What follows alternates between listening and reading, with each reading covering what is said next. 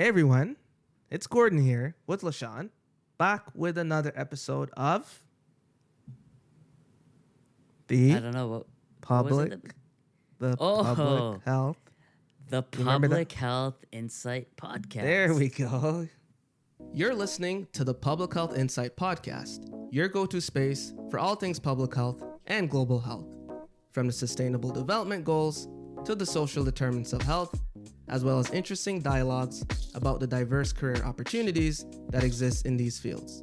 Remember to subscribe to the podcast and leave us a rating on Apple Podcasts and Spotify so other people like you can benefit from our content. You descramble that vacation brain? I thought you were trying to say the episode title, and I got confused. Exactly. That was the whole point.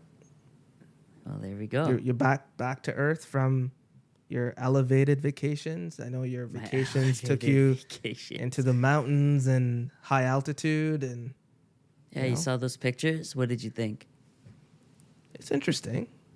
It's not a trip I could take as a couple, but maybe by myself, like a little spiritual kind of outdoorsy type thing, you know? But yeah, no, elevation's such a hectic impact on your body because it was so hard to breathe up there. You feel it, eh? Yeah, like I was just walking normally, going up a small hill, and I just couldn't. I thought I was just gonna pass out. So No way. yeah, it's hectic. I can't remember how high it was. I want to say 3,000 feet. Or And that's before you even got anywhere near the top. Yeah, exactly. Holy. So when they talk about basketball... 5,000 meters. 5,000 meters is the tallest point of it. So, yeah, we were probably around, I'd say 3,000, 4,000 maybe. Darn. It's hectic. That's hectic. So in ball, when they talk about, we got to go to Denver to play the Nuggets and altitude. Yeah, they're a real sad. thing. This is why they won the championship. This is literally why. When they have home court, it's over. Yeah, it's so different. It's so different. On that note about elevation, we also wanted to talk about professional development, learning. How to elevate your career. Or elevate your consciousness. Damn. Elevate your level of knowledge. Does there have to be a means to an end for learning and professional development? The answer for you is definitely no. You'll just study random stuff just because. But you'll also do stuff with a goal in mind. But there's stuff that you definitely do where I'm like, yo, that's so random. Do you not have a Netflix account or something to like just do something that a normal person would do? Yeah. But sometimes you don't. So I think you're very well positioned to speak on this particular topic. All right, let's get into it. So what are we exactly talking about? So this is continuing our series where we guest lectured for the MPH class at Western University earlier this year to talk about 9 lessons we learned since completing our MPH degree. And this happens to be lesson 4.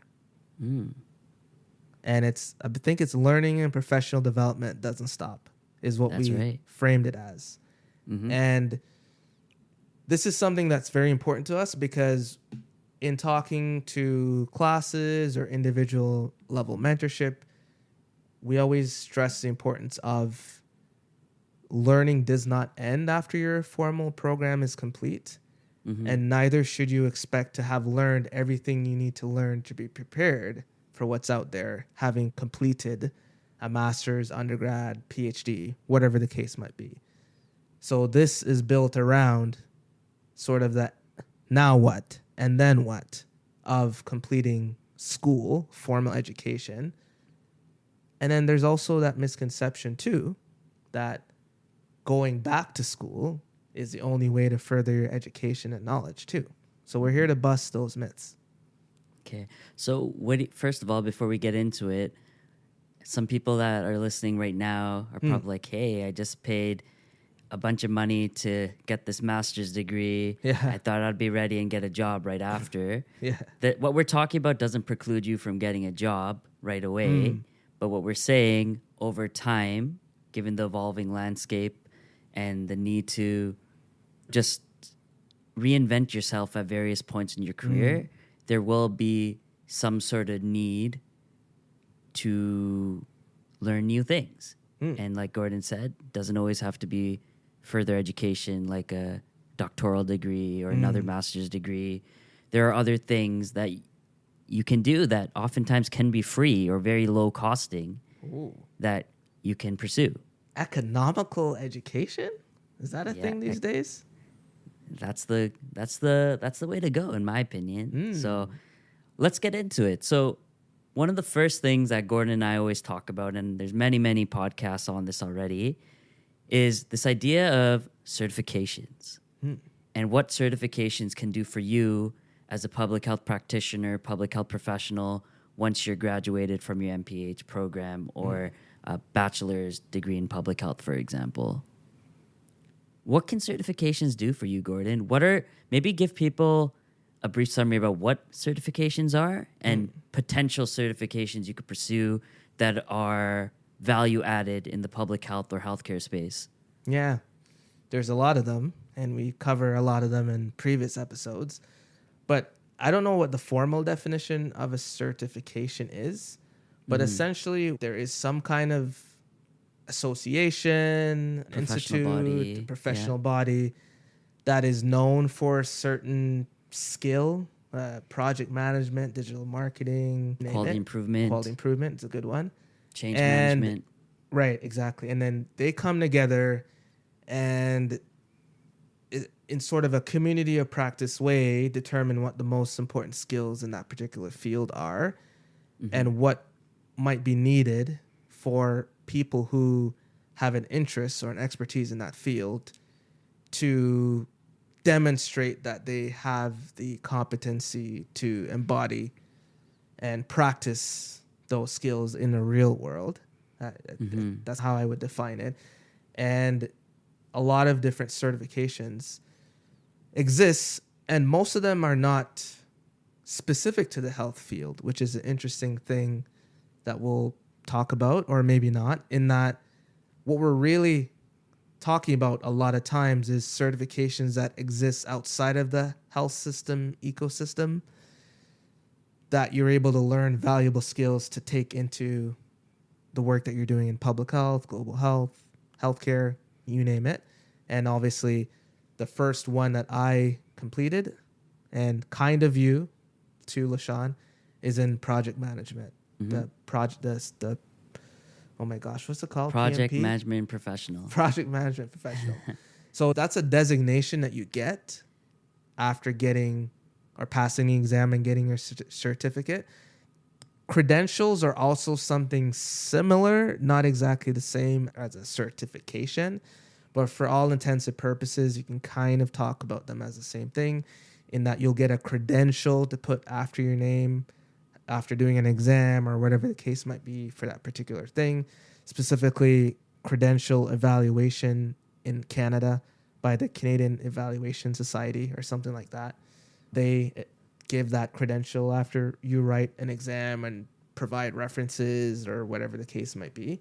So those are ways to have a rubber stamp of approval that you can do these things. So a lot of times you may not be learning something different, but sometimes it's more about you're good at this. Get something that says you're good at this. That way you don't have to say on your resume, very good at qualitative analysis or very good at proficient in project management. No, put the certification down and that says it all right there. Yeah, that's right. And more we're seeing job postings say, hey, they want a certification in project management. Usually it's the PMP, or need a certification in quality improvement, for example, right? So these are things that are emerging in the current job landscape. So it's things that you as a emerging public health practitioner should stay attuned to and be very acutely aware of. And you, first of all, like we've had many episodes talking about project management, so I'll spare you all the details, but project management is one of the main areas that I see a lot of benefit for public health professionals to embark on.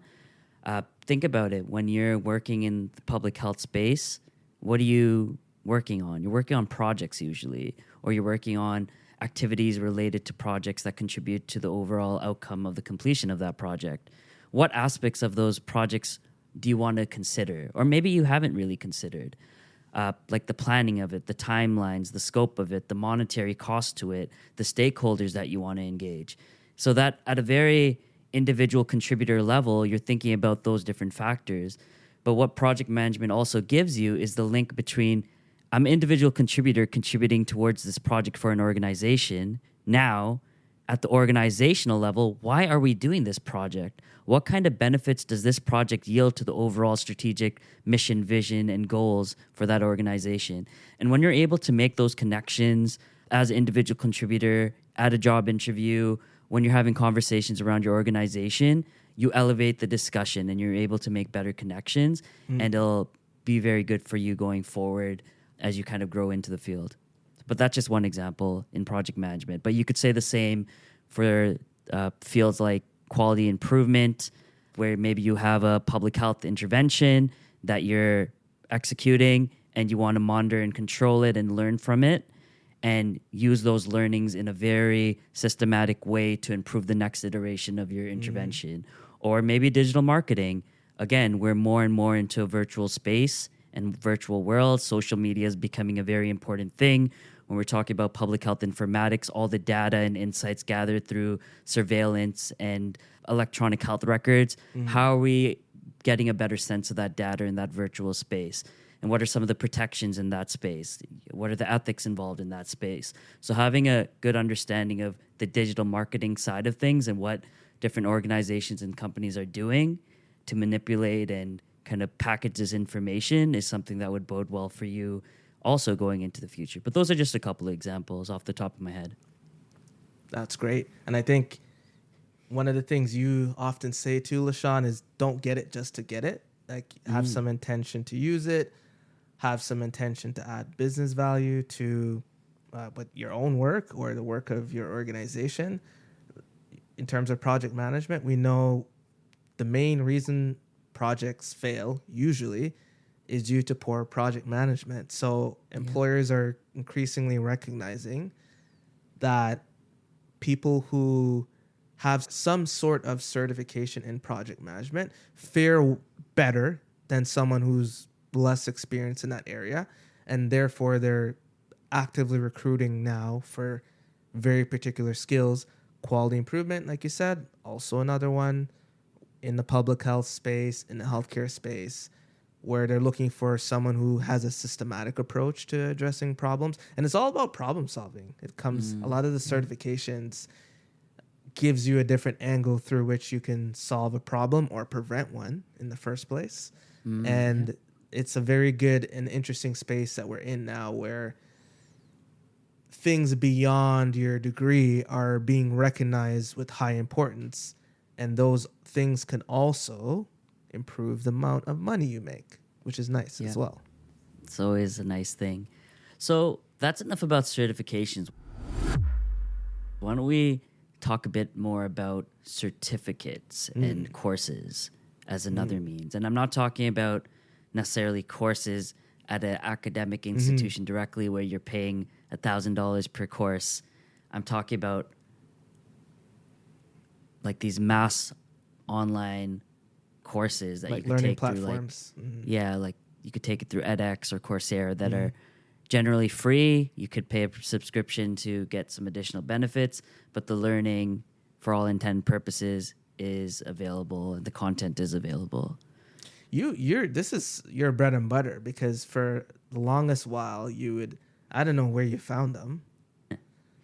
I wouldn't be surprised if you did a lot of them or most of them, the courses online, and a lot of them, some of them, like you said, though, are run or created by academic institutions, but made available through a non-academic platform, right? So it still sort of takes you out of that academic setting, which is interesting. Some of them are free, completely free, where you can complete it and get a certificate. Some of them, LaShawn, you were kind of telling me how it works about you can audit a course and not get a certificate, but you leave with the knowledge, so you're able to do it for free. You just don't get like a certificate of completion, which in some cases maybe you want or maybe you don't care about. And I think these are typically good when you want to develop knowledge in a specific content or content area, or become a better subject matter expert on something. Yep. So less so about sort of, sometimes that might be the case where you're learning generalizable technical skills or generalized skills. But in this case, you know, maybe you're doing a project on climate change and you want to learn a little bit more about principles and theories and the history of climate change. There's courses out there for you. If it's a technical skill, there's some there too with epidemiology and data analytics, and there's different courses that are out there. And these are always good when you're maybe stuck with a particular new challenge at work, for example, or something that you're struggling with in your studies, like you're in school and maybe you want to refine your data analytics skill, and you kind of just take a random course there too. Yeah. So I think you kind of thrive with these too. Yeah, no, I really like the examples that you've given. I'll take it a different direction too, which has benefited me in that, you know, coming out of a public health degree is very general oftentimes, especially if you're doing a general MPH rather than a specialization in epi, for example. But in both cases, it works, right? Because the knowledge area that you're working in within public health is going to probably be very different. Like you could be an epidemiologist within the mental health space or the infectious disease space, for example. Or generally, if you're doing like a generalized MPH, look, you could start in the global health space, you could pivot to mental health, you could do knowledge translation, you could do all those different things. But notice how there are opportunities as a generalized practitioner to just all of a sudden, one day you're just like, hey, I want to go into the cancer space. However, you don't have any specific experiences with working in the cancer field and learning about the different advances. For me, it's really interesting to potentially take a course, take a certificate, and learn about those, you know, those advances and the foundations in that field. Like, you could apply the general skills you learned in your MPH, but the specifics of the actual field, like in Canada, cancer affects X number of people, this is the incidence rates, this is the prevalence rate, here are the specific at-risk populations, for example. Historically, this has happened to XY population because of X policies. Like those are the different specific agencies involved. Exactly, in different things. The different players, right? So those are things that you want to pick up on. And it's not that you're just keeping that in your mind. You want to actively use some of that information as early as the application stage. So when you're talking about your resume, you can add it in a professional development column on your resume. When you're talking about your cover letter, you can add this as a complement to your intro paragraph, for example, and say, hey, I recently took a course and learned this. This relates to my previous experience, XYZ, and this makes me really excited to even apply to this position. So for those of you even looking for a link, that is often hard to create. Otherwise, you might be thinking, hey, I worked in the mental health space. What does that have to do with cancer rates? You can easily find a link by doing this kind of course or certificate stream, right? So that's what I like doing it for too. And as Gordon pointed out, I like just learning about different things, but it happens to come to use, right? In different ways. Yeah. But yeah, I think the intentionality about it is important. We all know everyone's really busy. And you might not be able to get a certificate by completing a bunch of courses, but if you could take one course and pace yourself at it, it could go a long way. It made me think about, so we talk about project management as a certification before. Projects can span multiple subject matter areas. So I find that there's been times where, whether it's through reading peer-reviewed journals, articles, or doing a course, if you're doing a project in an area that you're not as familiar in, maybe you're secure in your ability to project manage, but maybe less so in understanding the ecosystem in which that project exists. And courses and other types of reading material are super fantastic to give you that level of understanding and knowledge to speak with the people in the right way that you're working with too, which is huge. Learn the nomenclature, the terminologies, get your background in order, the different idiosyncrasies. Idiosyncrasies. Damn. Right? Okay. Yeah. The different jargons. And you're able to kind of speak with people in a way that they're comfortable with, those who are experts in that field. Yeah. Now, there's times, though, where despite all of this, I'm not really naming names here, but despite all this, people might want to further their education in the formal sense on top of this. So not necessarily out of, hey, this doesn't fill a void. There might be other things scaffolding everything together that someone might want to go down that road and explore. What are some reasons why someone might want to, despite the vast availability of free courses, low-cost certifications, credentials, and all these certificates, to go back to school to do another master's or PhD or DRPH? Why go through all that when so much of what you could potentially need exists outside of that? Yeah, it's a great question. I think sometimes there are requirements that need to be filled. And for example, if you want to be an epidemiologist in a certain organization, they would want you to do a master's of science in epidemiology, for example, and do a thesis, right? And potentially even do a PhD after. So there's job-specific requirements that are often leading to individuals to further their education. There's also just kind of that idea of, you've been in the field long enough, you kind of have a really good understanding of it, but you want to take it to the next level. You're passionate about wanting to learn more and take your perspective to a different level. And knowing what you feel confident that, by pursuing a PhD in public health or a doctorate of public health, DRPH, you can get to that next level to hit another salary target or to fulfill a higher level position where you have more influence and power in your organization. And you need those skills that aren't traditionally taught in like an MPH program. Like many Masters of Public Health programs do not teach health leadership in a way that's very useful for practical real world settings. You don't really have a solid background in the financial aspects of running an organization. You don't have a solid understanding of the info systems and the latest trends in public health that are affecting organizations. Strategic planning is often not really taught in a real world kind of practice environment. So those kind of business cases, it's almost like for example, at the DRPH, it's mostly leadership skills that you're learning and management skills.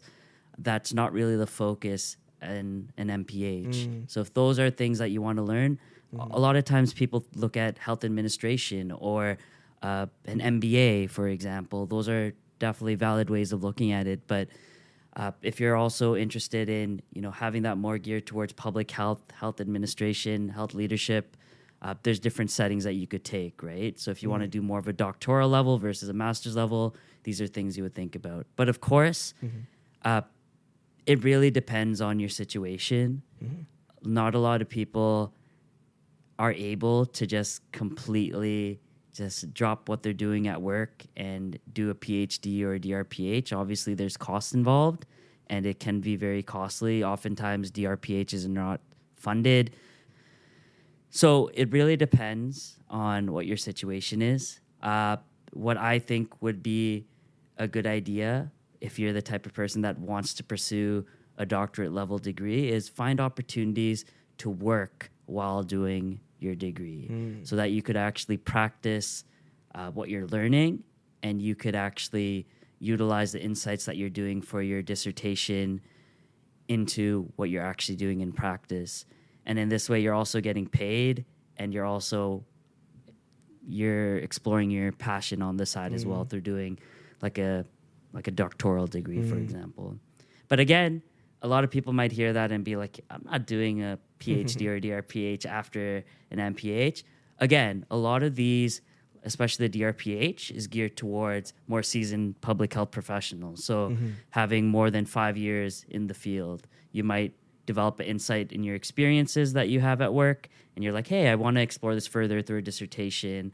I want to get better skills in teaching broader audiences. And I know there's many doctoral programs that have different elements like teaching and research and stuff like that built into it. So it could just kind of take your perspective to a different level in that way. But again, costs, right? You don't have to do it, but sometimes it's required, or sometimes you're just really passionate about it. Yeah. Sometimes it's required as a leadership role. But yeah. It's good. I think there's no shame in it, though, either way. There's a lot of value in pursuing something like this, right? So I think you talked about becoming a recognized subject matter expert in your field. You talked about the research component, generating knowledge, right? Testing theories, like a more structured sort of hypothesis testing and learning environment, if I could kind of say it that way. Yeah. You could kind of have a scattergun approach to like snacking on different courses in a non-coherent way. In academia, things are more cohesive, structured, and that might be what you want and need at that particular time to get to your goals, right? So these things are all available as a wide menu of ways in which you could learn and continually develop. You pick the one that makes the most sense to you at the time that you need to. Yeah. And also, a lot of these things that we talked about earlier, like the certificate courses, can feed into potential further education in a more academic or formalized institution environment, right? So like it can help tell that story of why exactly. you want to. Help tell that story, help you identify gaps that you could further explore through more of a formal education. And with that, learning never stops, but the podcast has to end. This is Gordon and LaShawn, signing out. Peace. This show was edited by me, Gordon Thane, with additional editing from LaShawn Benedict. Sound design and mixing by myself and LaShawn Benedict. The original music from The Music Room, composed by Tom Fox, licensed from Johnny Harris. The cover art designed for our show by LaShawn Benedict. The Public Health Insight Podcast is produced by PHI Media. Thank you for listening to the Public Health Insight Podcast, your go-to space for informative conversations, inspiring community action. If you enjoy our podcast, be sure to subscribe and leave us a rating on Apple Podcasts or Spotify. See you in the next one.